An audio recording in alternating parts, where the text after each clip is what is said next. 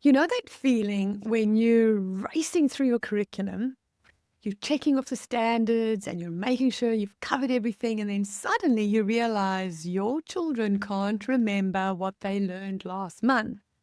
Today, I want to talk about something that's been transforming how I think about teaching, the difference between covering material and creating learning traditions.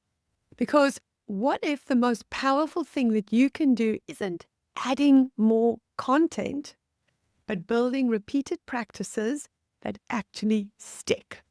Here's what I see happening, and I've been guilty of this too. We treat learning like a checklist. We've got scope and sequence documents, you've got pacing guides, you've got standards to hit.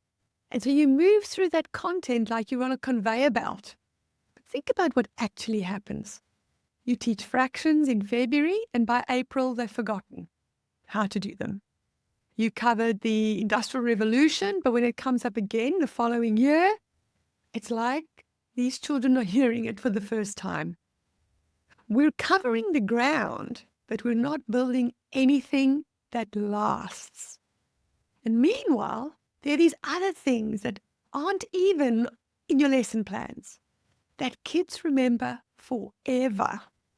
The way you always start a math lesson, for example, that one activity that you perhaps do every Friday, the special routine when someone shares their writing, those repeated practices, they're doing something that our curriculum isn't. So what is a tradition? It's a practice that you return to again and again and again, and it creates meaning. Let me give you some examples. Let's say you've got Tuesday book club. You spend 15 minutes every Tuesday having children share what they're reading. Same time, same format every week, month after month. And after a month, they start preparing what they're going to say. After 3 months, they're recommending books to each other. And after a year, you have real literary conversations. You don't need to teach a unit on book discussions. You've already created a tradition. Something else, maybe you've got a family read aloud night. And as a family, you read together every night after dinner. It's not a curriculum. It's just 20 minutes, same time, same spot on the couch.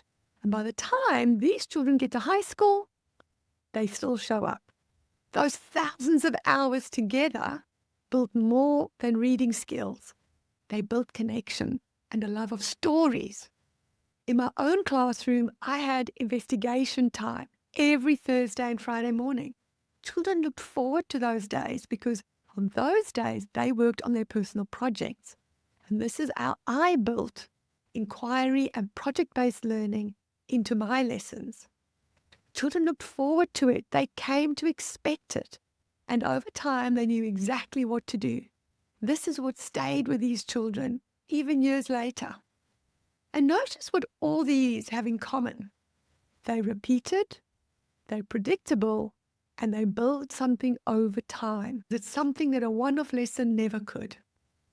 There's a real science behind this, but let me explain simply.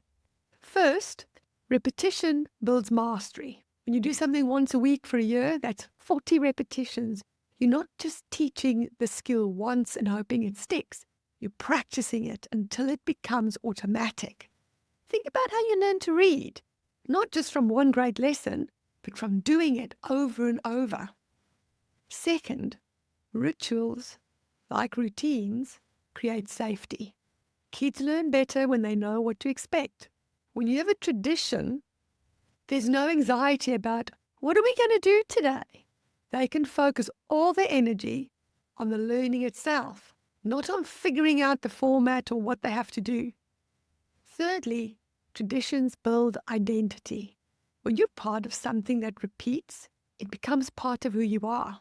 You're not just a child who wrote a story once. You're part of Friday Writer Circle. That identity carries weight. And here's the part that matters for families. Traditions create connection.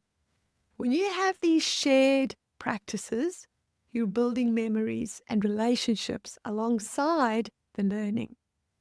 20 years from now, Your children will not remember the worksheet on page 47. They will remember the tradition. Okay, so how do you actually build these into your teaching? Start with one thing. Don't overhaul everything. Don't make it complicated. Just pick one small practice that you can commit to repeating. Maybe it's how to start off each day, or one activity every Friday, or a monthly tradition. Make it simple, not complicated, because then you won't stick to it. The best traditions are simple enough to do even on your worst days. Name it. Give it a name. Monday morning meeting or Wonder Wednesday. Names make things feel official, and it helps stick in everybody's mind and protect it. This is the hard part, because when you're behind in your curriculum, you'll be tempted just to skip the tradition. Don't. The tradition is doing deeper work than that extra worksheet ever will. Let me give you a practical example. Say you want to build stronger writing skills. Instead of adding another writing curriculum, what if you created Friday free writes?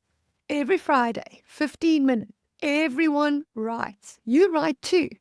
Sometimes you share, sometimes you don't. But it happens every single Friday. After a month, children are going to stop complaining about writing. After 3 months, they're going to ask to share their pieces. After a year, they've written 50 pieces and they can actually see themselves as writers. You didn't add content, you created a tradition. Here's what I want you to take away today. The most powerful learning often comes from what we do repeatedly, not what we cover once. Your curriculum will change, standards will shift, but the traditions you build, those repeated practices that create safety, skill, and connection, those will shape your children long after they've forgotten the content. Trust me. So this week, I want you to think about one tradition you could start. Just one. Make it small. Make it doable and commit to it. Because you're not just teaching lessons. You're building a culture of learning.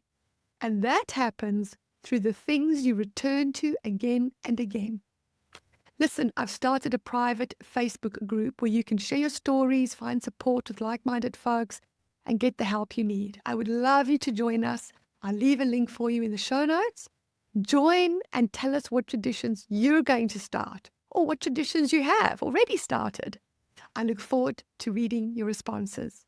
Thanks again for showing up. Thanks again for listening. Until next time, stay blooming curious and keep those traditions alive. I'll see you next week. Take care.